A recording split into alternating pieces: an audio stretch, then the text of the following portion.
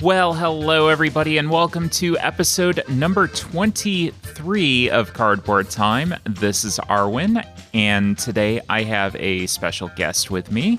Hello, this is Craig. Actually, the gamer formerly known as Weird Craig, if you listened to the prior episode. I've got a promotion now, so I'm just Craig. You did. So here with Arwen, little background on myself. So first off, Arwen and I met back in 2017 at Origins. We've actually done that con together a few times now. We met through my cousin Phil, who's been on a couple prior episodes. I think what we found gaming together, I think we have a lot of common interests here among the group. So it's been really fun lately here gaming more with Arwen and getting to come on here and share some of this with you. But a little background on me. I've been into hobby gaming for probably 10 or 12 years now, but I've been a gamer my whole life. So starting when I was young, we had the staples, Monopoly and Life, but get a little older and start getting into things like Heroes Quest and Thunder Road and Clue Museum Caper and some of the things that were a little bit less of the mainstream. Eventually got into Dungeons and Dragons a little bit. Magic through the bulk of the 90s. I think I started playing in 93 or 94, so I had a lot of years of Magic the Gathering in there when it was young. I still distinctly remember the day in 7th grade, come home with my first set of Magic cards, and I'm explaining the game to my dad, and he just rolled his eyes, and he said, I give this game 6 months. So I don't think he was ever a believer in the hobby, but here I am. So modern hobby games really started with Munchkin. Definitely not my cup of tea today, but I think for like a lot of people, it's one of those things that it's interesting, it's kind of kooky and zany, and it gets you into it and just makes you want to start really trying more things. And as time's gone on, I've really settled into mid-weight games, things like Terraforming Mars, Stockpile, Alien Frontiers, Manhattan Project. Some of the early Dominion sets are really some of my favorite things. I have a lot of fun with roll and writes lately, so I think that's a fun new trend here over the last couple years that I think is still doing pretty good, even if it may be getting oversaturated. Really love escape room games. Unfortunately, can't get those to the table as often as I want, but definitely broad interest. I mean, I'll play the little games, I'll play the big epic games. I kind of like everything in between. So that is Craig in a nutshell. Awesome. Well, thank you, Craig. And speaking of roll and writes, I played Terraforming Mars, the card game again today, and I'm really surprised that they don't have a roll and write for Terraforming Mars already. Not that it would necessarily lend itself all that well to one, but they've been making them for just about everything, Medici and Rajas of the Ganges and everything, so kind of surprising. Stronghold is usually pretty good at jumping on a trend, so it wouldn't surprise me if we see that in another year or so. We'll see. We'll see what Gen Con and Origins kind of have in the way of announcements and that, and even getting into Essen. It's going to be an interesting season coming up this fall.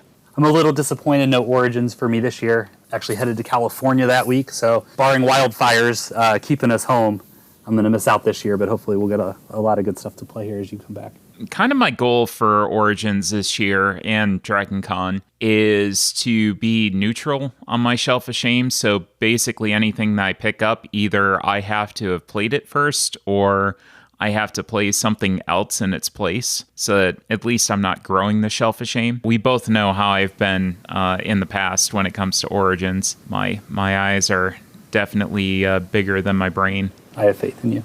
Thank you. I appreciate that. At least somebody does. So if you're listening to this, speaking of Dragon Con, I am just getting home from Dragon Con. We are recording this about a week and a half before I'm set to leave. Hopefully I've used the time to get some games off the Shelf of Shame and not just bought a bunch of games instead. Usually Dragon Con's not a huge convention where I buy a lot of games, maybe one or two. Not a huge amount of vendors there that actually sell them for a good price. You're not getting a huge amount of deals, but sometimes you wind up meeting some people who have published their own stuff and you get a couple of those really niche games that you wouldn't get anywhere else. And today's beer of the day, I am so excited to talk about this. Craig and I got together and did some gaming this past weekend, and we had the Tweak by Avery Brewing Company in Boulder, Colorado. Craig was very nice enough to share that with me. It is a stout with coffee added that was aged in bourbon barrels. It had a fantastic sweetness to it.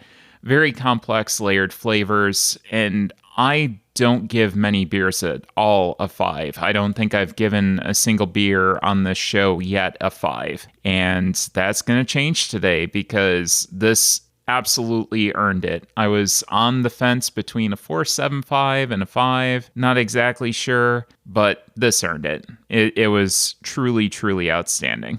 This is one of the better beers I've had. I am typically not a stout drinker, but some of the best beers I've ever had are stouts, and this falls right up in there. I love this. I think we saw this was a 2017 release, so it had a few years of bottle age on it. And unfortunately, I don't know if they've released this beer again since 2018, so I don't know if we'll be able to find this again. Well, hopefully we can find some maybe on the aftermarket at some point, because I definitely like that experience again. My beer that I chose to speak about was actually a little bit underwhelming. Was a little disappointed with this. I got the Great Lakes Barrel Aged Christmas Ale, 2021 release they put out for Christmas in July this year.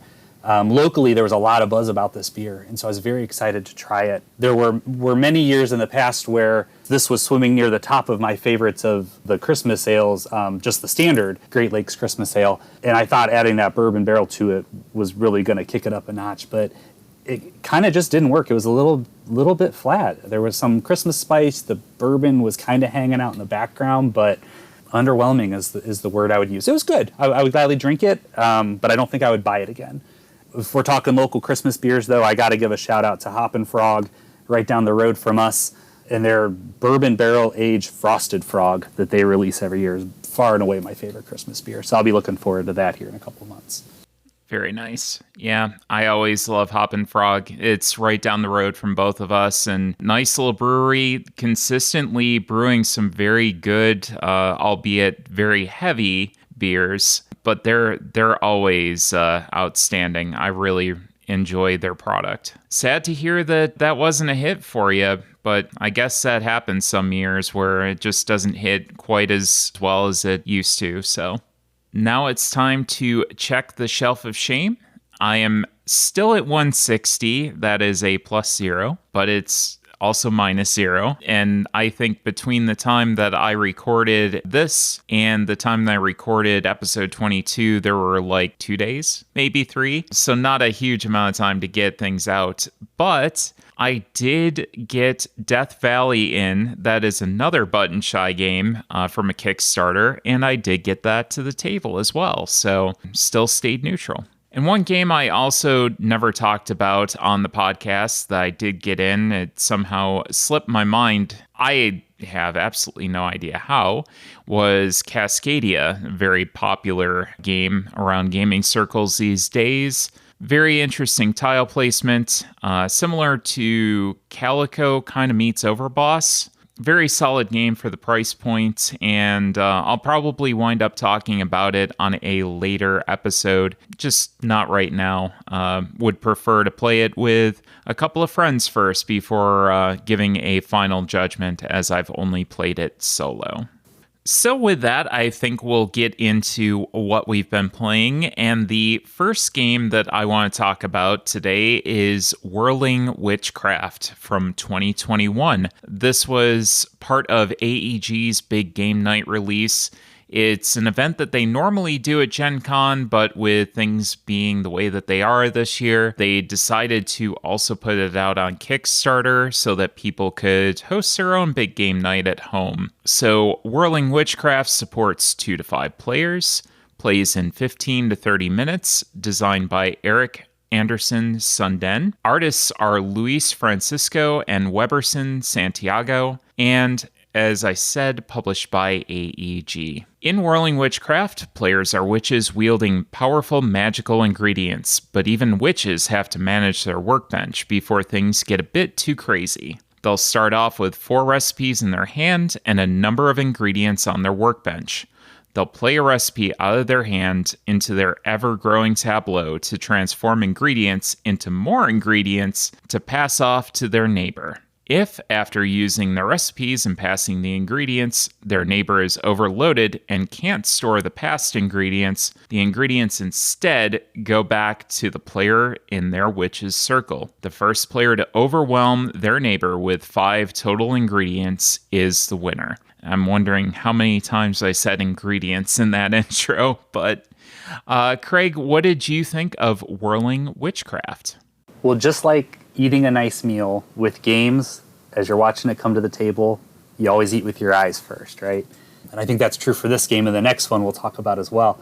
But we're pulling this out, and you pulled the lid off the box, and the first thing I see are those cauldrons in there. And I thought, oh, that's a really cool element. Turns out it's completely unnecessary for gameplay. I could just as easily pass my ingredients to the next player, but just having that cool little touch and having something it really does help corral your ingredients as you're making from the recipes, but it also then gives you something to hand across the table other than just a handful of chips that could easily get dropped. So I thought that was a cool touch. One thing this game really reminded me of, at least one element of it, is Century Spice Road. So those ingredient cards and the ingredient cubes really work like those conversion cards in Century Spice Road, where you're taking one or multiple ingredients and converting it to another. But the interesting thing is, with Century, you can figure out mathematically the value of every cube relative to another, and that's not the case here. So you might have a card that turns a red and a white into a blue. You might have another card that turns a red and a blue into a white. And so there's really nothing that correlates it. And so really what you're trying to manage is, what is the person to my left giving me as inputs that I need to convert? And what can I send to the person on my right as outputs that they can't deal with so that I can overload them and get those points?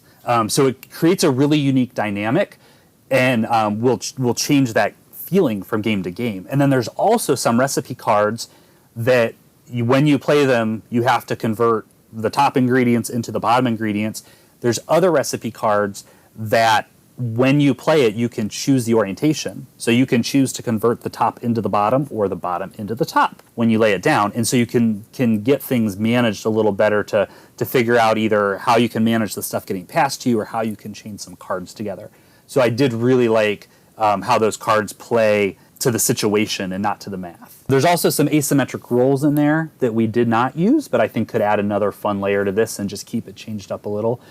The one gripe I have about the game, we played 3 players, and so, since you're receiving from the left and passing to the right, you do have direct interaction with both players at the table with you. But if you're in a game with more than 3, you are only interacting with the 2 people immediately next to you. You're kind of racing with the other people to score points first, but there's no interaction. And so the outcome of this game can really be influenced by the players next to you. And I really think, as odd as it sounds, you want a good player to your left, maybe not a great player, but a good player to your left, and you want a weaker player to your right. You want a good player to the left because if you have a weak player to your left and they're really not sending much to you, then you have no ingredients to activate your engine with. So you want a good amount of stuff coming in, but not so much that you can overload it. And then you're hoping that the person to your right can't deal with what you're sending them. So that is the one gripe. Where you're sitting at the table relative to player strength can really, I think, we didn't see it in action, but I really think that could lead to a big influence on the outcome of the particular game you're playing. I was interested to see that you put that down, because I was thinking, even before the game started, well, if you're always sending ingredients one way and that's never changing up, that can be an issue. So I would be interested to see how that would kind of work at a larger player count. So from my side, I love the idea of the fact that you not only have to manage your incoming ingredients, but you also have to focus on trying to produce to overload your opponent. I thought the comment about Century Spice Road, where you can kind of value what you're sending over, and you can't do that in this game, was interesting, because I definitely agree. And I think the value of the resources changes from situation to situation. At a first glance, you look at it and you only have like 3 storage slots for the black cubes. So if you can produce a bunch of those, you can overload your opponent faster.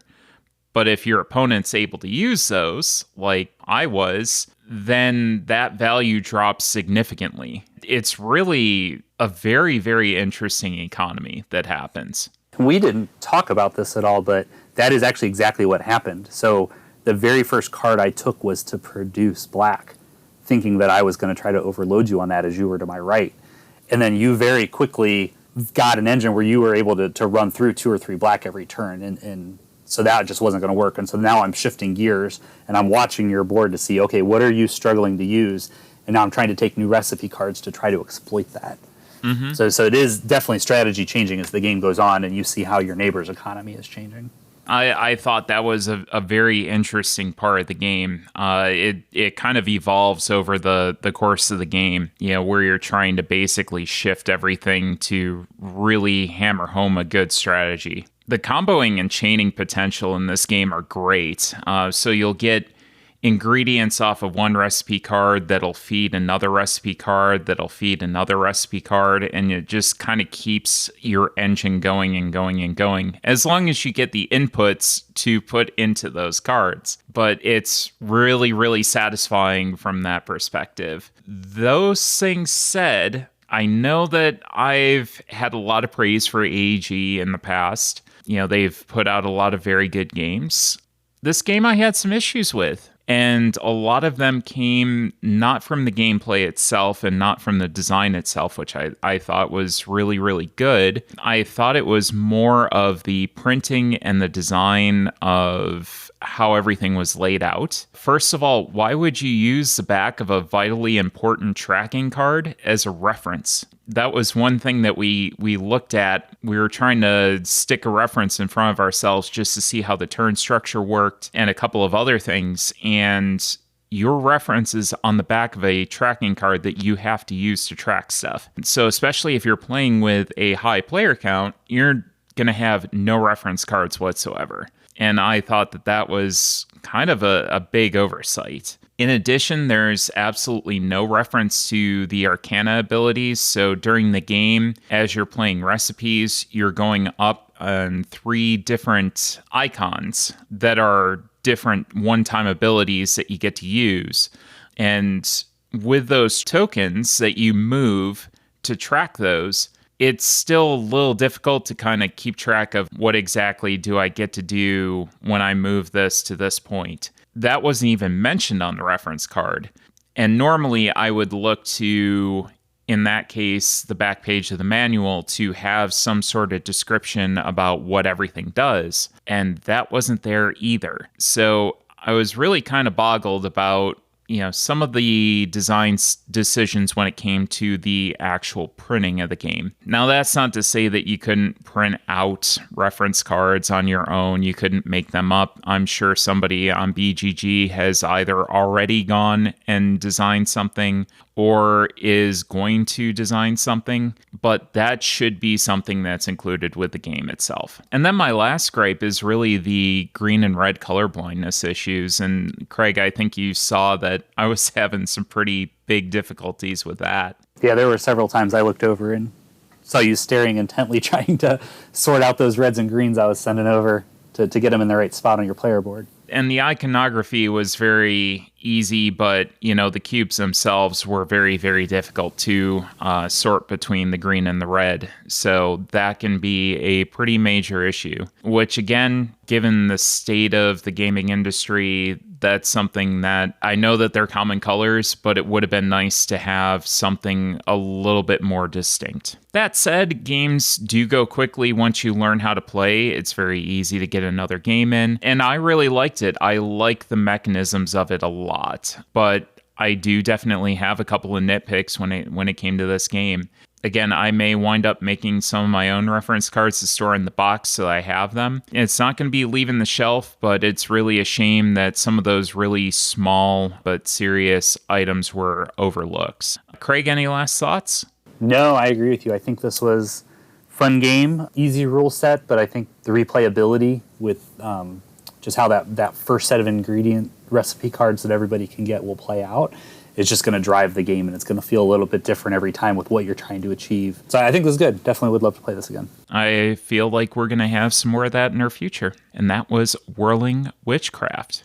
All right. The next game up that we played the other day was called Last Call, the Bartender Game. This one is a 2010 release. A little bit of age. Arwen, I believe you said you've had this sitting on the shelf of shame for quite a while. a significant amount of time. I think I've had it. I think we bought it in 2017, but it came out in 2010, so it's probably been on those shelves for a little while, anyways. All right, this one is for 2 to 6 players. Runtime is listed at 20 minutes, which actually is probably pretty accurate if everybody knows what they're doing.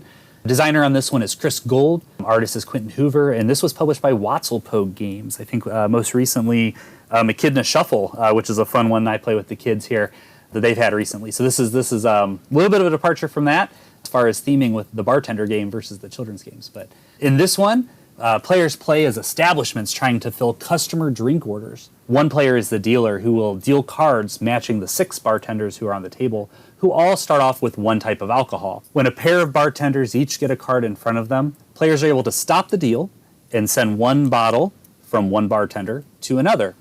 Once that happens, the player that stopped the deal becomes the new dealer. At any time after stopping, players can claim a drink to be made with the correct ingredients, but any additional bottles not used in the recipe count as negative points, which are tracked by ice cubes. The player at the end of the game with the fewest number of ice cubes will win. Arwen, what did you think of this one? So I did like the 3D element of the game. I think that Watzelpogue does a pretty good job at their 3D table presence. Echidna Shuffle is definitely one of those games that you just look at and you're attracted to the table immediately and saying, oh, what's going on here? I think this had that as well. I really liked the 3D element, the passing of the bottles, the ice cubes looked good. It is showing its age through the artwork and the fact that the labels will not stay on the bottles. They just refused to stay on the bottles whatsoever. The bottles are color coded, so if worse came to worse, you could just use the colors, I guess. But they just would not stay on those bottles for anything. I have so many questions about the drinks in this game. I don't know what kind of drink takes 2 parts of gin, 1 part of triple sec, 1 part of rum, and 1 part of vodka. Do you know that, Craig? I don't know, but maybe one of us could lose a bet and find out. Yeah, I'd rather not. I think we'll just leave that a mystery. That does not sound like it's an appetizing drink. And how about combining gin and Irish cream together? I mean, it sounds like a tasty combination. Let me know how that one goes. I'll let you take the okay. Take the fall on that one. Good. Solid. I'll let you know. And the other thing is, from a thematic standpoint, we played different bars and there's 6 bartenders. Are we sharing these bartenders? Are they making us all drinks? Like, are they going and distributing the drinks to different bars and they're just at one central location? It's kind of a stretch from a thematic standpoint, and maybe that's a nitpick, I don't know, but that was something that also kind of bothered me. I think this probably has to do with the age of the game. Theming was a little bit different 10 years ago, and the target audience with this, too, is not, avid gamers that are going to nitpick a theme. So yeah, I give it a pass on that for what they're trying to do. But yeah, I agree with you. It doesn't really stand up well. The matching cards to move the bottles was interesting, and I'm seeing this note down below that we have in the show notes, and I think you make a good point. You have one player that's the dealer, they're placing cards in front of the bartenders, and that's once you get a match of a card in front of the bartender that you want to move the bottle from, and then one in front of the bartender that you want to move the bottle to, then you can move the bottles, but you can't do that beforehand. I had thought briefly about, well, what if you just ditch the cards and just take turns moving bottles? But you can go ahead and to your point, Craig, about what you thought about that.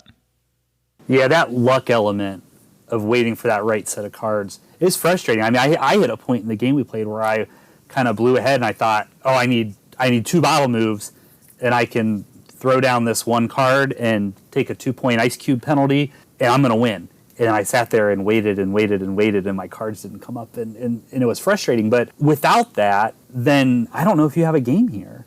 I mean, granted, it's a luck-based game, but I don't know if you have a game, because if you just take turns moving one bottle at a time, then really it just becomes luck of the draw on the recipe cards you're trying to finish, right? Whoever got that easiest set is going to win, or you're going to land in an infinite loop of you're taking that bottle of gin and it passes from Kathy to Otto to Jasmine to Kathy to Otto to Jasmine, and that's all that we're doing, and the game's never going to end. That's a really good point. I think from a second look at it, I think that I'll give it a pass on that one too. And then the game's decently easy to teach. Experienced gamers might ask why certain mechanisms are in the game, but I think it's fine from a teaching standpoint. It's simple enough. And again, the target audience isn't necessarily your more experienced or hardcore gamers. So those were kind of my points. Craig, what did you think? I largely agree with you. I know we were kind of joking about the recipes to begin with and trying to figure out what we would actually do with this set of spirits. And I agree on the art. Your take on the bottles is a little different than mine. And I kind of see it. I mean, this is one of those games, if you were walking around a con and you see people passing, they look like the little 50 ml bottles of liquor, and you see them passing them around. You might stop over and say, hey, what's going on? What's this game? But when the game came to the table, I had a little bit of the opposite thing. And again, it's you eat with your eyes first. And you get these, up close, kitschy bottles, and the labels were falling off, like you said. And the liquors on them weren't the things I would ever want to mix together.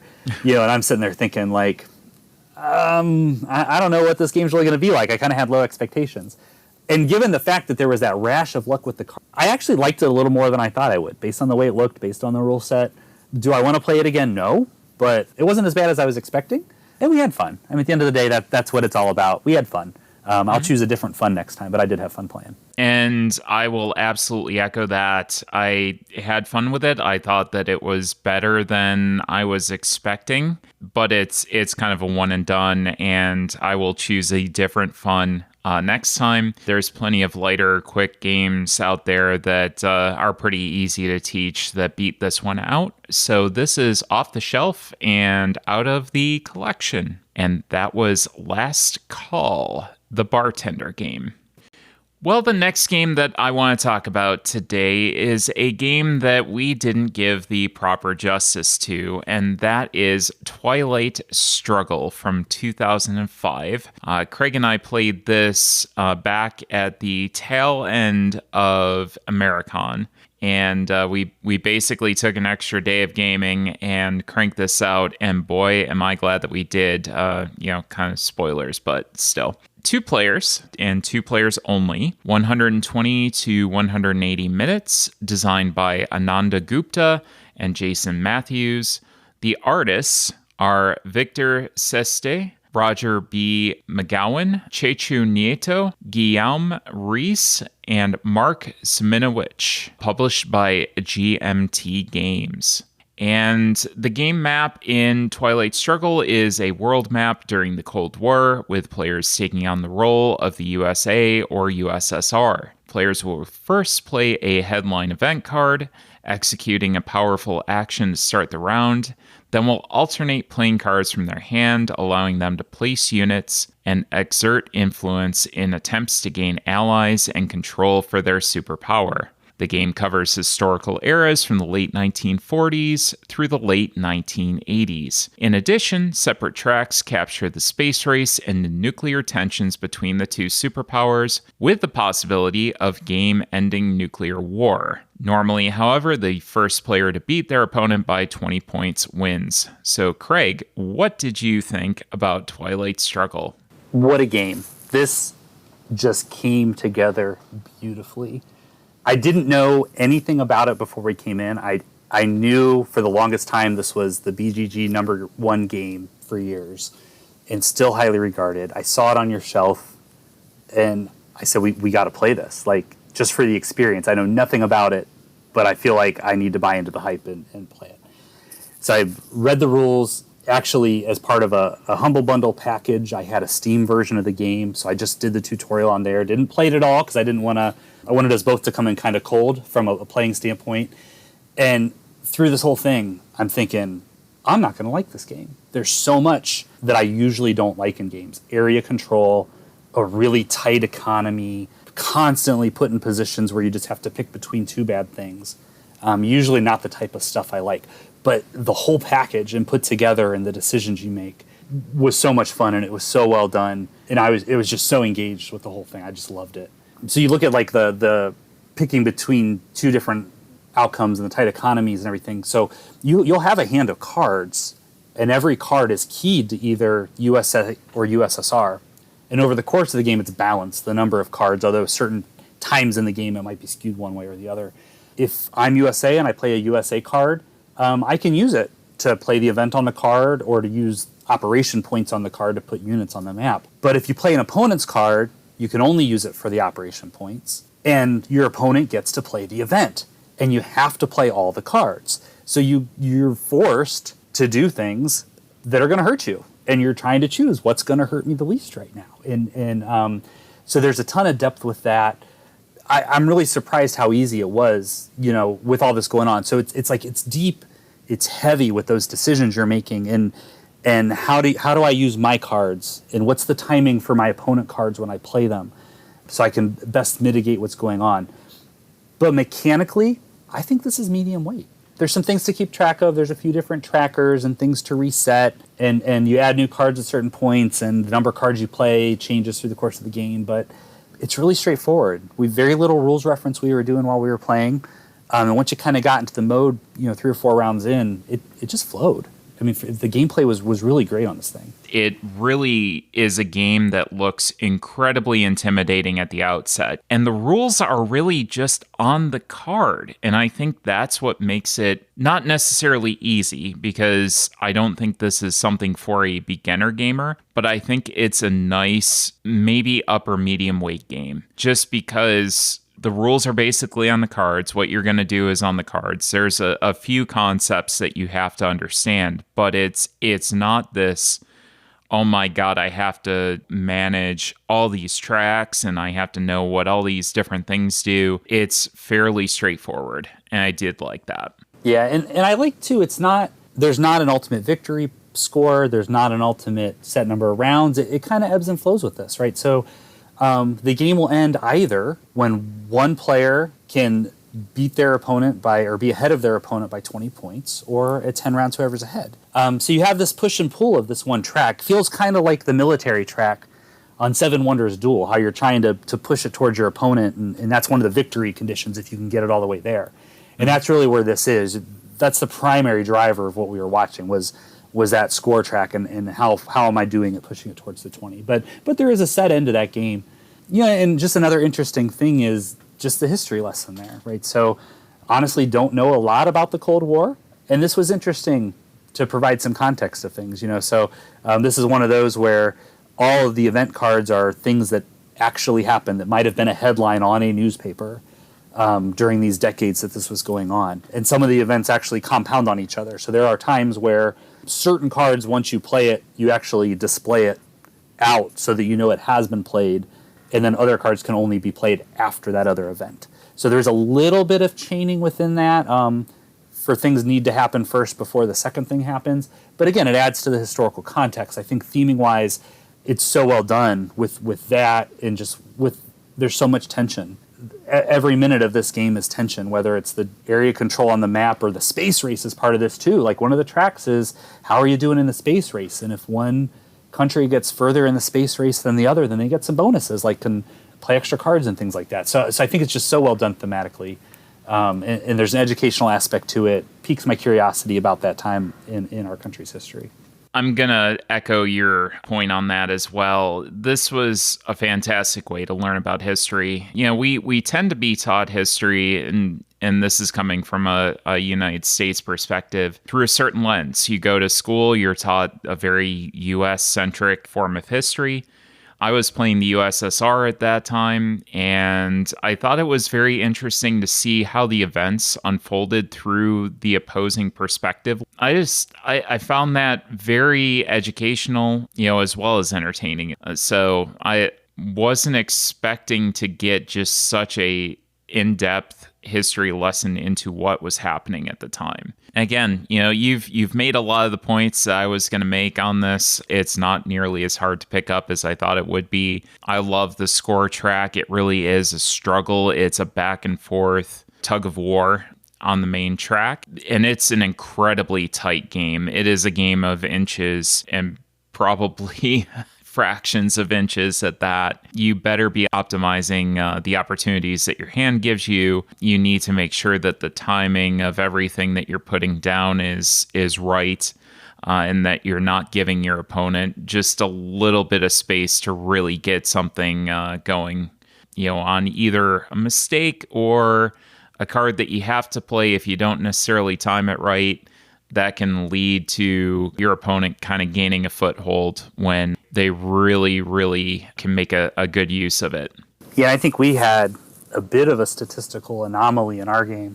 So one of the mechanisms for scoring, and a big driver of scoring actually, is there are cards that come up that will score different regions of the map. So whether it be Europe or Africa, Central America, Pacific Islands area, there'll be a couple of them in the deck to start with, and then later on more cards get added and there's more scoring cards. And so you kind of know what's in the deck, and it's one of these games where when the deck runs out, you reshuffle the discard and you go again.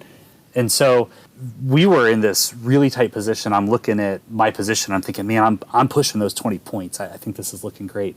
But Arwen, you had a stranglehold on Africa. Mm-hmm. And you had just pushed me out the position I had. I forget if it was Central America or South America. Yeah, it was Northern South America. Yeah, and we both knew that those two scoring cards were still in the deck. And I forget the exact counts, but I think we were about to deal 16 cards out, and we knew there was 20 cards in the deck, and those two scoring cards were there. And if you draw a scoring card, you have to play it. Yep. And I'm just thinking like, oh man, I'm going to get smacked down in these two areas, and we're going to be back at a point draw when this is all done. And I'm just feeling so deflated. And then those two scoring cards didn't come up that round. And that was the round I won.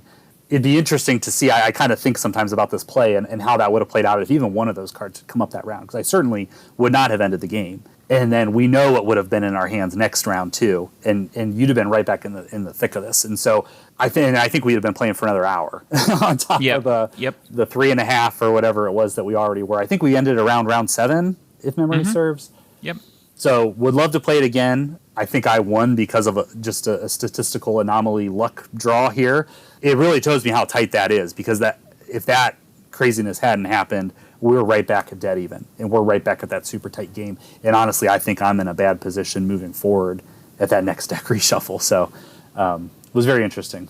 I'll agree. I don't know when I'm going to get this out again, because it's a long game. I mean, unless you're pushing nuclear war, which I told Justin, that's kind of like opt-out button. I'll just end this. I got to go. So I'll just start a nuclear war and be done with this, which I think is such a cool mechanism that they threw in there, that you can actually end the game by just basically flipping the table and starting a nuclear war.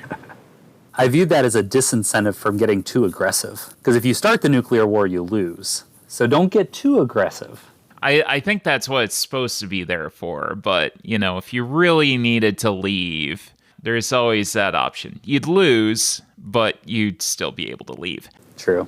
I don't know when I'm going to get this out again, but I'm sure as heck looking forward to doing that. It's such a wild game, such a well-designed, well-put-together game.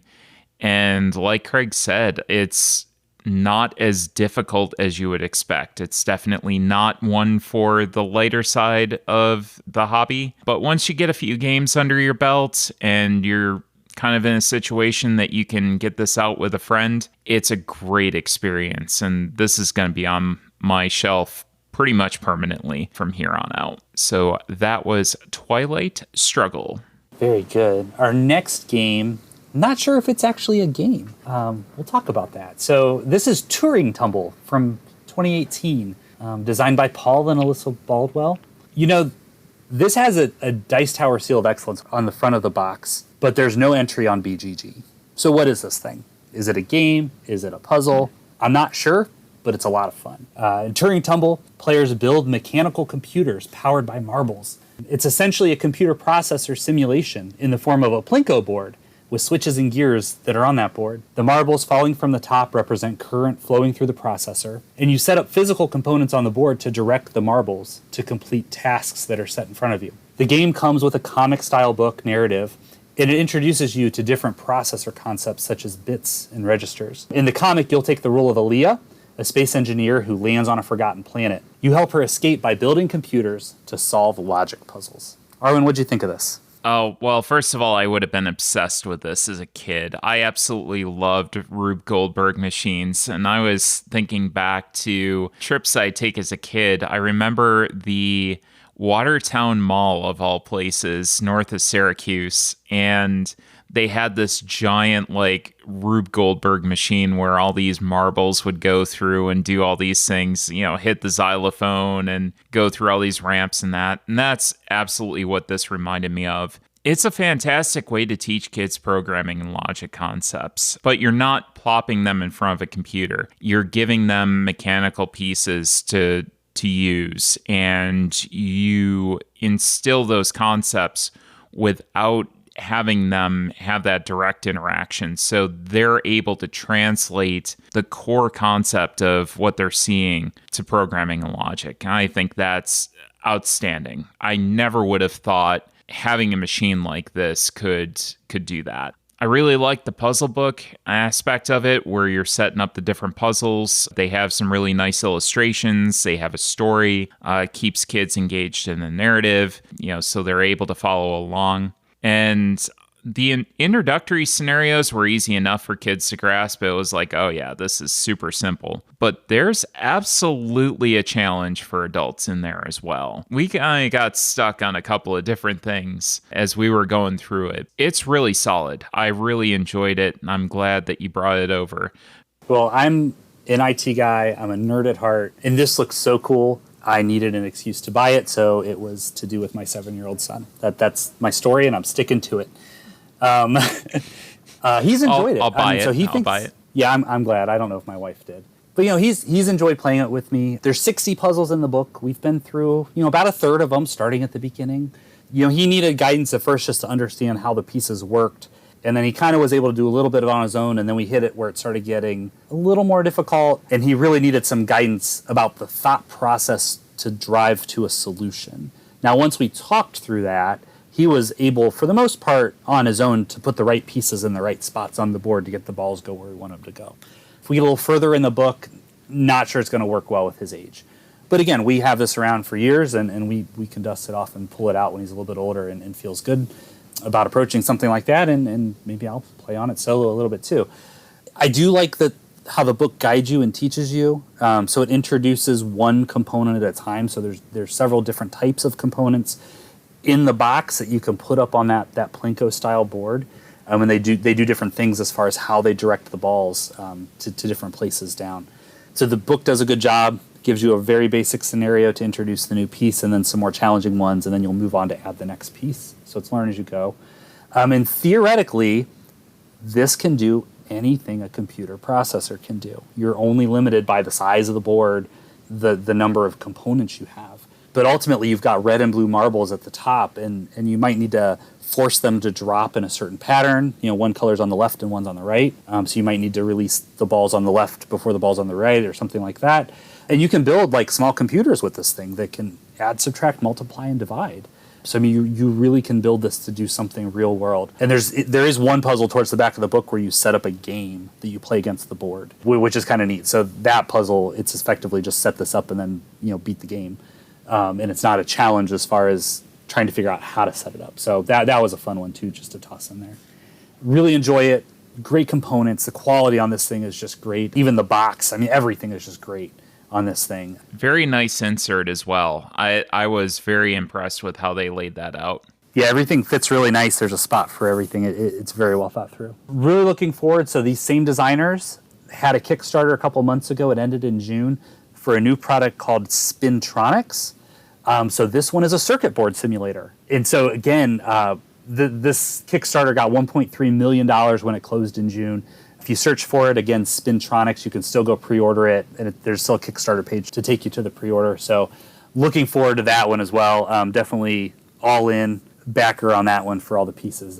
I think if it's as even close to as fantastic as Turing Tumble, it's going to be such a great time. And I might even look at pre-ordering this, even though I don't have kids. I still act like one sometimes. So after seeing this in action, I'm definitely impressed. And I think this is one for parents to absolutely check out. If you have kids, you're trying to teach them programming concepts. Yeah, Craig, I thought that was a really smart idea, getting your son involved. And that sounds like it's going to be something that's going to grow with you and not only be good for him at a younger age, but as he grows, as he's able to understand more of those evolved and complex concepts, he's going to be able to pick those up as well. Really cool. That was Turing Tumble. Very good. So one more game I just wanted to bring up. So unlike you, I am not a solo gamer. Mm-hmm. It's incredibly rare for me to pull something out. But as I said earlier, I really enjoy escape room games. And I have a very hard time getting them to the table. Unfortunately, one member of my normal gaming group views escape room games as party games and so doesn't want to pull them out on game night. I completely disagree with that assessment. Party games in my book are things that people can easily drop in and out of. You can treat it more like an activity if you want to, or things that have a really short play time, and so you can just restart over and over, and the makeup of your players can change as people want to get in or out. Escape room games take focus. You need to solve puzzles. You need to pay attention. You need to track how things change because you often have to go back to the same clue. So I was walking at Target a while back, and I always look at the game section because sometimes they have some really good sales, and this one, it's called Box One, caught my eye. So it's actually designed by Neil Patrick Harris, of all people, and published by Theory 11. And it's intended to be an escape room type game for one person. So I thought, well, this is great. I'll buy this, and I can do it on my own time, and then I don't need to worry about the dynamics of the game group. So got this out a couple days ago and was playing on it. And I don't want to get into spoilers at all for this type of game, but just a couple thoughts on the implementation. The game really throws a curve at you. So you start the game and you think you're doing one thing and you think the game's going to play out one way. And then you hit a point and it just turns. And the entire game style and play of what you're doing changes. And I thought that was pretty interesting because honestly, where it started, I was a little bored with, and I am thinking, I really hope this is not the whole game because I don't know what I got myself into. But as soon as it flipped, I was all in. It was really cool. It was fun. Pretty straightforward puzzles. If you've done many escape room games, it honestly was on the easy side. But I had a major frustration because I sat down intending to play and beat this game. And there are two spots in this game that the things you have to do take time. You have to set something in motion and walk away from the game. And I hit the first one, and it was going to be a 45-minute wait. And I'm like, I cannot believe this. I don't want to walk away. I'd solved everything else except this one thing, and I was going to have to wait 45 minutes to solve it. So come back, get that solved, and then the very next clue that gives me is going to be a full day. So now I can't even try to complete this game until the next day. And it was frustrating. I wanted to sit down and just have this experience. I had a quiet evening alone, and I don't get those very often with 3 young children. Was just kind of disappointed, was frustrated in that. So I still need to finish it. My one day isn't quite up for waiting on what I'm waiting on. So hopefully I can get this back out to the table pretty soon before I forget kind of where I'm at and everything that's built up to it. But I don't think this is available at Target anymore, although I did just buy it a couple months ago. It looked like it retailed for $30. It looks like you can probably find copies on eBay for about $20, and there's some stuff floating around elsewhere. But if you want a solo game and you don't mind stretching it over a couple days, this is fun, not difficult, very approachable from that standpoint. But if you're wanting to bang something out in one day, this probably isn't the game for you. It sounds like maybe if the expectation is set hey, this might take a little while and you might have to come back to this, it might be a little bit more of an enjoyable experience. But I can certainly understand being frustrated going in and having that expectation of I'm going to do this in a couple hours or a day at the most, like most escape rooms in a box. It's going to be interesting to hear what happens once the day is up. I'm wondering if the next step is going to be a week. I may trash the game at that point. It may be a kind of experiment to see how long they can string you along for. And there was no published playtime on this. Yeah, based on my knowledge of the genre, I had an expectation, and this completely defied it. Yeah, kind of recapping, assuming the end plays out similar to the beginning, difficulty level's pretty low. I think this is probably a good introduction to escape room style games for someone maybe that hasn't done a lot of them, because the difficulty level isn't there. And there were some cool aspects. So again, I don't want to get into spoilers, but there were a couple really cool things that this game did that I haven't seen in other games, and maybe it exists. But like I said, I haven't played as many of these as I would have liked to have, given how much I like the genre. But yeah, give it a whirl. Just go in with the expectations that you're not doing it in one day. Oh, and one other point. So far, it looks like I will be able to reset this game. You look at like the unlocks versus the exit games. In the unlock, you can reset and share with a friend or sell or do something with. So far, from what I can see, I think I'll be able to reset this game. I don't think I'm going to have to destroy anything. That's always a plus. Well, Craig, I think that's going to do it for us, and we're going to end the episode. But thank you so much for coming on. I'm sure we'll have plenty more opportunities to discuss games in the future on this podcast. We tend to get together, fairly often. I think now that things are maybe lightening up a little bit, we're able to play some more stuff. So yes, I appreciate the invitation. Like you said, I always enjoy gaming with you. The Shelf of Shame is a magnificent thing. I think it's probably larger than my collection. And so it's always fun planning to come to your place. And I always look at your Shelf of Shame list on BGG and pick off a couple things I've wanted to play. And so we're both accomplishing some goals here. So it's always a pleasure to play with you at the game table. And it's been a pleasure being here with you today. Oh, thank you so much. And anytime you want to help me get something off of the Shelf of Shame, it's much appreciated.